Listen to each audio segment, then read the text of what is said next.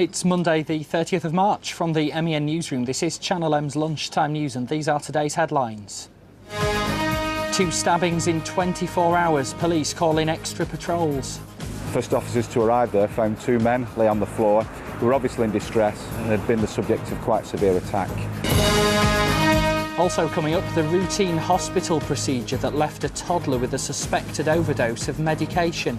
Somebody made a mistake somewhere and it's nearly cost her her life. And why Manchester City Council might have to hand back money it's fined drivers for misusing bus lanes. It should be a minimum of 4 metres, and it's not, it's less than 4 metres. So in effect that makes the bus lane unenforceable, really.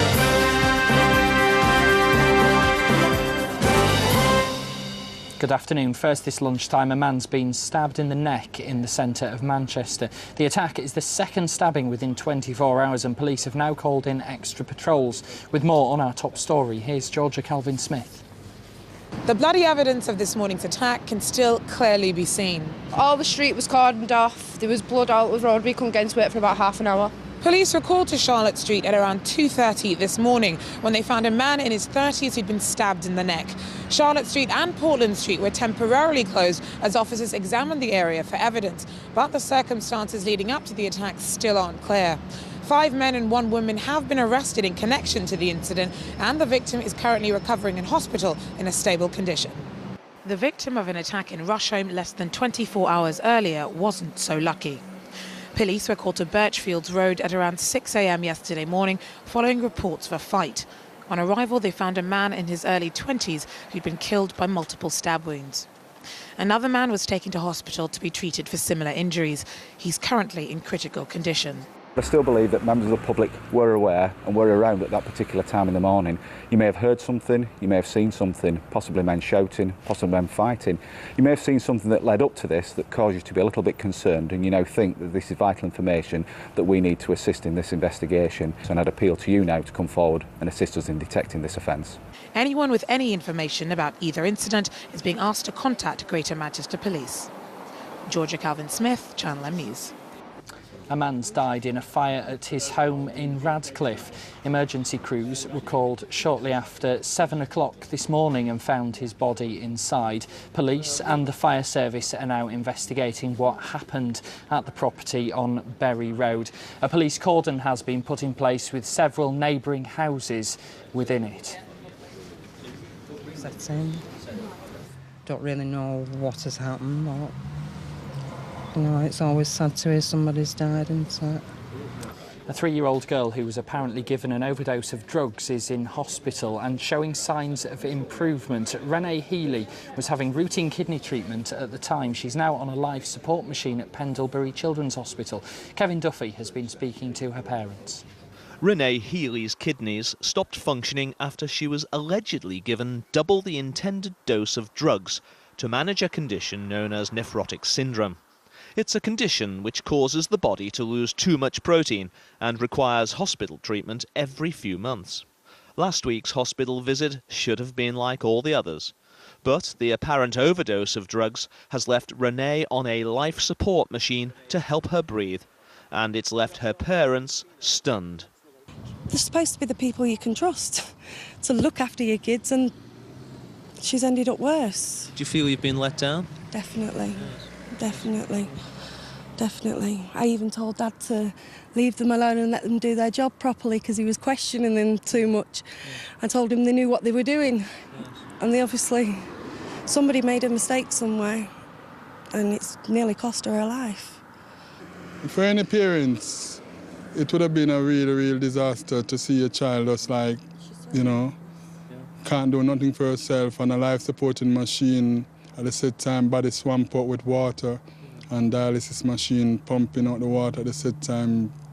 So, a hospital spokesman says an investigation is underway.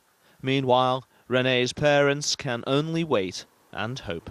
Kevin Duffy, Channel M News. There are new questions over how long Jackie Smith can keep her job as Home Secretary. She's back at her desk after the weekend's row over her expenses. A cable TV bill, which included fees for 2 adult movies, was mistakenly put through the system. Her husband has apologised. The opposition leader, David Cameron's described it as hugely embarrassing, but doesn't think she should have to resign over it. The Nationwide is to buy the troubled Dunfermline Building Society. Its branches, good loans and deposits are all part of the deal. Some redundancies in its back office departments are expected, but the 140-year-old brand should remain on high streets. Madonna has been told she must wait till Friday for a judge in Malawi to decide if she can adopt a second child. The singer spent an hour in court discussing the 4-year-old girl called Chifundo James, which means mercy. She made no comment to reporters as she left. A school that's fighting to save one of its pupils from being deported has travelled to London to campaign against the decision. 9-year-old Tony Lola and his mum have been told they must return to the Democratic Republic of Congo, from where they fled 3 years ago in fear of their lives. Manchester, Piccadilly, Manchester, Road. I'm going to tell with the petition and see if it can help us and help us to let us stay. I think I'm more safer here than in my country. Yeah. I'm sure if I'm going back to my country, maybe they can kill me. We feel it's really worthwhile to get to London and present the petition hand to hand into the Home Office, and hopefully to see Ed Balls as well and deliver the children's letters to Ed Balls. We've got over 2,000 names in total. We've got 1,730 online, and then we had over 300 on paper petitions that had gone around all the local community as well. What does Tony mean to you? He means a lot to me, and it'll be really depressing if he goes. So you're going to fight hard for him today? Yeah. And if you see Ed Balls, what are you going to say to him? That's not right to send Tony back. Next, an update on a story we first brought you on Friday. You may remember we spoke to several people who were worried about money they'd paid in advance to a funeral director in Wythenshawe, which is now shut down. One of them was 98-year-old Alex Fraser, who's looked after by his friend Tony Hyland. They've already paid more than £2,000 up front. No need for all this, because I believe the shop packed up before Christmas. It's his money, and I did pay in cash, £20 notes, and, I really didn't want all this headache and upset. I mean, it really has upset me. If you could speak to this woman, what would you like to say to her? Can hardly tell you that here, can I?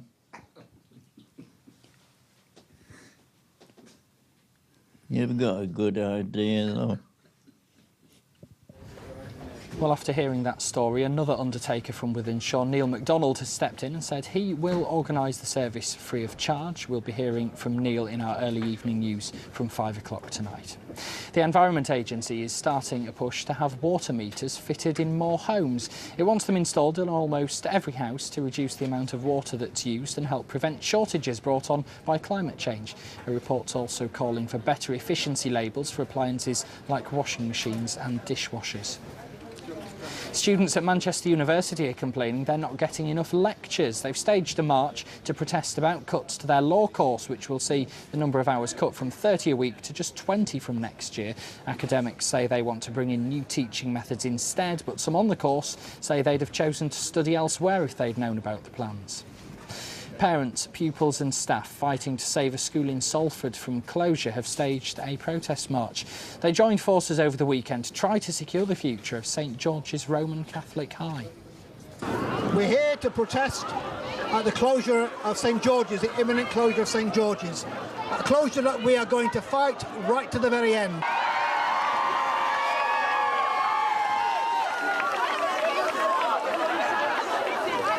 There's been another award for Radcliffe film director Danny Boyle. Following the success of his hit movie Slumdog Millionaire, he's been given the Outstanding Contribution to British Film honour at the Empire Awards. It was presented to him by 2 Bury FC players after he earlier told the magazine he'd rather they win the FA Cup than him win an Oscar. Time now for a look at the lunchtime sports headlines, and starting with details of Ricky Hatton's arrival stateside, here's Sam Goodman. Thank you, James. Well, before we hear from Ricky Hatton in cricket, Andrew Flintoff is a doubt for the one-day international series decider on Friday after a suspected fractured hand. England won yesterday's match against the West Indies, levelling the series at 2-all after being given a target of 135 from 20 overs. Andrew Strauss hitting an unbeaten 79 in the process. Well, on to boxing, and Ricky Hatton has settled into his base in Las Vegas to prepare for his next fight. The Hitman takes on Manny Pacquiao on May the 2nd. Best shape I've ever been this far out. Still got 5 weeks to go.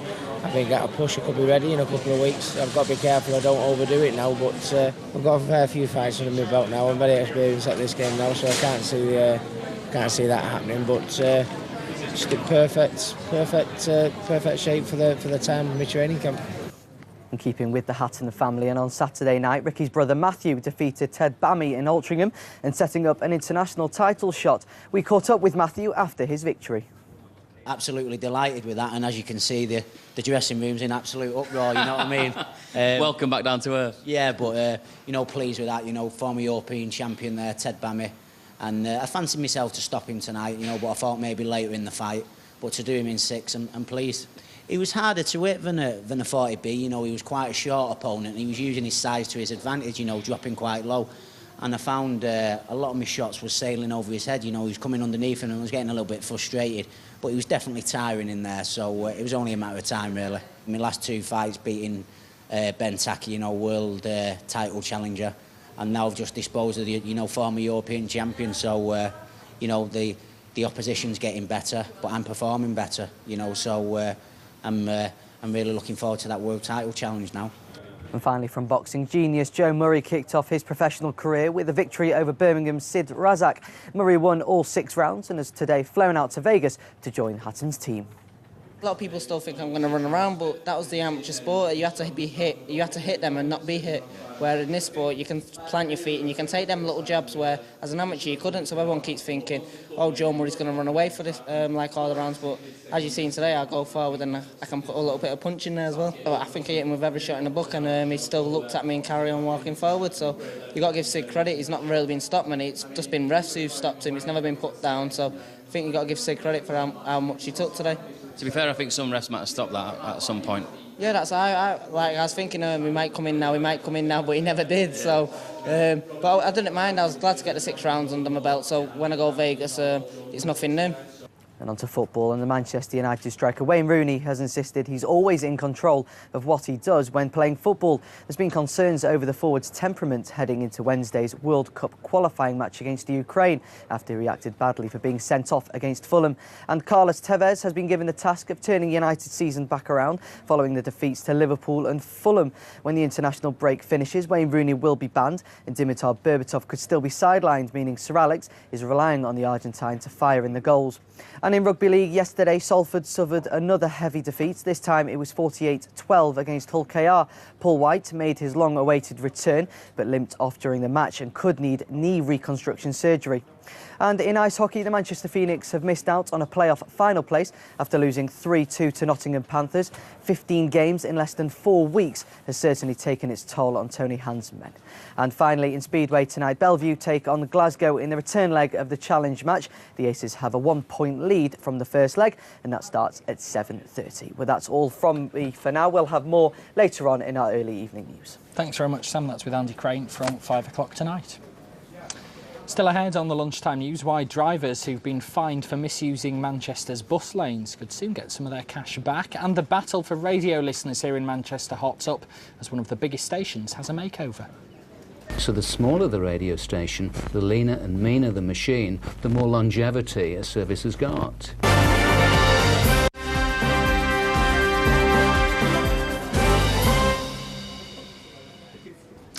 You're watching the Lunchtime News here on Channel M. Welcome back. Don't forget, if you go online, all our top stories and this programme are always available to watch again at channelm.co.uk. Right now, the outbreak of measles that's causing concern at one particular school in our area, and find out what's going to happen to Fred Dibner's house. That's at channelm.co.uk. Now, hundreds of drivers could soon be able to claim back fines for misusing Manchester's bus lanes. It's after the driver of one private hire car had his £30 ticket cancelled. Kevin Duffy has more on this. Whoa, that lane is for buses and hackney carriages only. This CCTV camera means that going down it is going to cost those drivers a £30 fixed penalty notice. Or will it? Private hire driver Derek Brocklehurst got caught the same way. But Derek's fixed penalty notice was quashed after he told the City Council that signs at the entrance to the bus lane were not quite right. And this, he says, makes the fixed penalty notices unenforceable. The blue plate here, 953, cannot be used without the only sign. This only sign was erected roughly around the 19th of the 3rd. I was given a ticket in, I think it was January of this year. And it looks as though Derek's got even more bad news for the City Council. The actual lane width here is wrong. It should be a minimum of 4 metres, and it's not. It's less than 4 metres. So that in effect, that makes the bus lane unenforceable, really, as well. According to whom? According to the Traffic Regulations 2002, which are... But even as we spoke, they kept on coming. Well, do you know that if you go down this lane, you'll get a £30 fixed penalty? No, I don't. If Derek's right about the signs on this bus lane being wrong, then presumably any driver who's been given a fixed penalty notice for going down this bus lane could challenge their ticket just like Derek. And of course, this isn't the only bus lane in Manchester, there's loads of them. And if the signage on any of those bus lanes is wrong, then Manchester City Council could potentially find itself facing an avalanche of similar claims. I'm Kevin Duffy for Channel M News. Well, we've had a statement through from Manchester City Council who say we have investigated this matter and there was a technical error with the sign which has now been rectified. There are many other signs in the area warning of the restricted access, but in this instance we will refund Mr Brocklehurst's ticket. An independent inquiry is on after an armed policeman fired 4 shots at a gang's getaway car after they raided 2 banks in Droylsden. 4 men simultaneously burst into both the Cheshire Building Society and the Halifax on the Market Street shopping precinct. The Independent Police Complaints Commission is now looking into what happened. It was about 10 to 5 on Friday afternoon when a team of armed robbers have entered the Halifax Bank and the Cheshire Building Society simultaneously, 2 in each premises. Then threatened the customers in there, they threatened the staff in there, and they've left with a large amount of cash from the premises. At that time, actually, a armed police officer was just passing by when a member of the public drew his attention to the attack. He chased the robbers to their getaway vehicle, and as they got into their getaway vehicle, they pointed what we believe to be a shotgun at him. He was an armed officer, so he dealt with the threat, and he actually fired shots at the getaway vehicle, which then drove away and left the scene. It was a silver Honda Civic. It's a 4-door car. It's like a small family hatchback. These are rare incidents, and we obviously treat these very, very seriously. There are lots of police and PCSOs here today speaking to members of the public. Other people are approaching us and telling us what's happened, and it's great that the public are helping us so much with the inquiry. A man's handed himself into police after a hit and run in Middleton on Saturday night that killed a pedestrian. The victim was hit by a car on Townley Street. A 21-year-old later handed himself in and is being questioned on suspicion of causing death by dangerous driving and failing to stop. On Friday night, a grandfather from Lee was also killed after being hit by a car. Peter Riley was hit by a Ford Escort on St Helens Road. A 20-year-old man's been arrested on suspicion of dangerous driving and possession of a controlled drug. We're waiting on official confirmation of rumours that Wayne Rooney and his wife Colleen are expecting their first child. The story made the headlines in the papers over the weekend, which claim she's 3 months pregnant. If it's true, that means the child will be due in September. Now, after yesterday's sunshine, it's been a pretty cloudy morning across much of Greater Manchester. Let's see how the rest of the week's shaping up now with Byron Evans.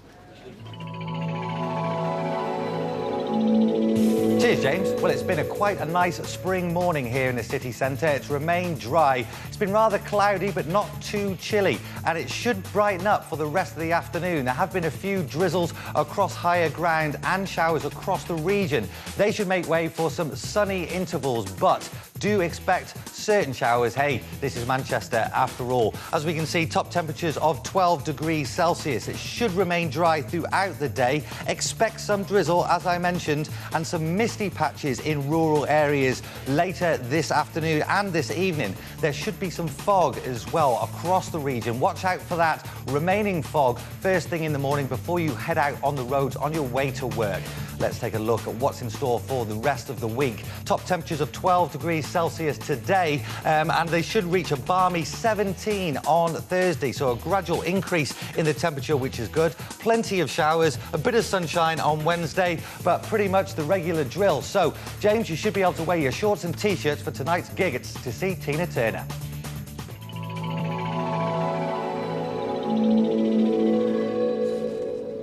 Now, one of Manchester's biggest radio stations now has a new name. Century Radio has become Real Radio to bring it in line with several sister stations across the country. The change comes as radio here gets more competitive than ever, as Nina Warhurst explains. P103, Galaxy, BBC Manchester and Rock Radio, The Revolution, Wish, Tower and Silk FM. Just some of the stations that Century Radio, that today becomes Real Radio, is competing against on our saturated airwaves. When Piccadilly Radio launched in 1974, it was the region's only commercial station, competing with the long-established BBC. 35 years on, it's a very different story. It's immense in this market. The North West is the most competitive market in the country, including London. In our broadcast area, there are 27 commercial radio stations. And of course, the more saturated the market, the more competition there is for advertising revenue. Combine that with the current economic problems, and attracting and retaining your ear has never been more crucial. The unfortunate thing in today's marketplace and today's climate is that appropriations for advertising, certainly in the commercial world, are being reduced slashed. So consequently there's a lot of layoffs, a lot of tightenings of belts. The more people that are involved in the bigger radio stations, the more people are unfortunately at risk. So what does the future hold? The fear is that as competition stiffens, it'll be the small, very localised stations that will be the first casualties. I think the future of commercial radio is entering a critical stage. I think lots of big media companies now own radio stations. I don't think that's any secret.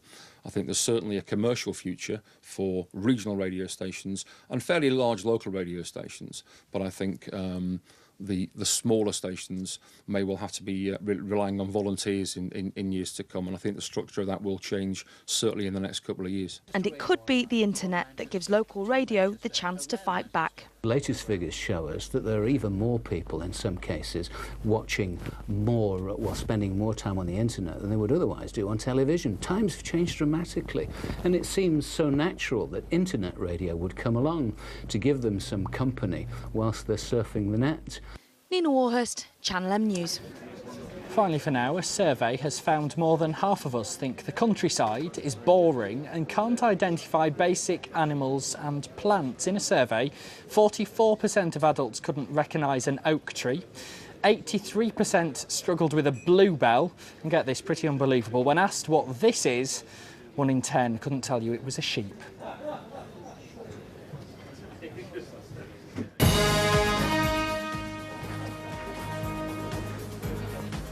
This is Channel M, our top stories. Police here in Manchester are investigating the second stabbing in the city within 24 hours. A man was knifed in the neck overnight in the city centre less than a day after another man was killed in an attack in Rush home. Extra officers have been put on the streets there. A man's been killed in a fire at his home in Radcliffe. Police and fire crews were called to the property at around 7 o'clock this morning. His body has now been taken away for tests. And Jackie Smith's back at work as questions remain over her future as Home Secretary. The Minister is trying to put the weekend's headlines about her expenses behind her. Those are today's headlines, and that was the Lunchtime News. We'll have more on all those stories with Andy Crane from 5 o'clock tonight, but from me and the rest of the Lunchtime team, have a very good afternoon. Bye-bye for now.